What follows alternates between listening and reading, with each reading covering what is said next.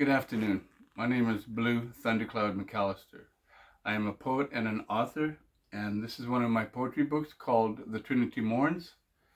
And I'm going to read to you today a very special poem that is precious to my heart.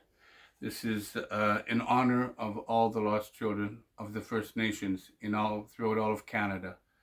And the name of the poem is called In the Shadows of a Weeping Willow.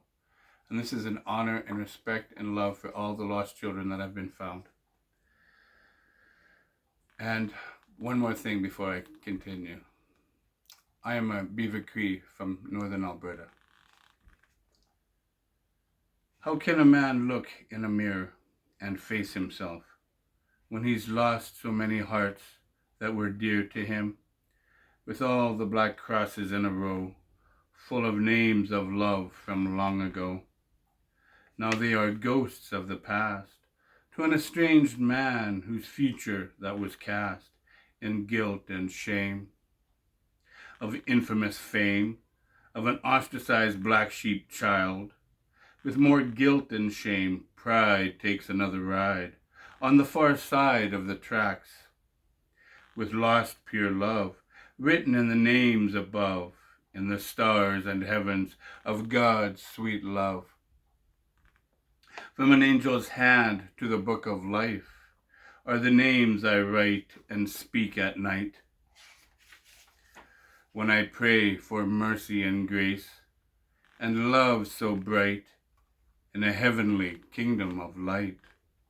From the shadows of a weeping willow and a totem pole standing so tall is the cries of a mourning lone warrior trying to make a call to the lost relatives in the four winds of time, where change is sublime, with great names of a last curtain call in the shadows of a weeping willow. I'm waving a white flag to you, God. I surrender with orange shirts, orange hearts, and orange feathers everywhere. I surrender in mourning, under the shadows of those weeping willows, with broken memories of our ancestors' despair, in a 21st century genocide of maple leaf pride, with 215 baby shoes sitting on the steps of a modern world that collides, with cries of the past in the tears of an angel's eyes, with orange skies and many orange parades and empty orange teepees. Can you feel the rage of a broken country? Please turn the page. Every child matters in an unmarked grave, from 215 to 6,509. The count is growing, so sublime, I'm afraid.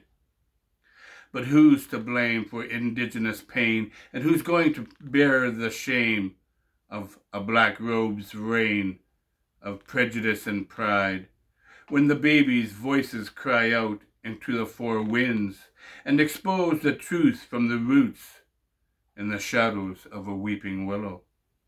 Who has sinned, Canada, with crime so rude in a holocaust of brown, full of tears and a frown?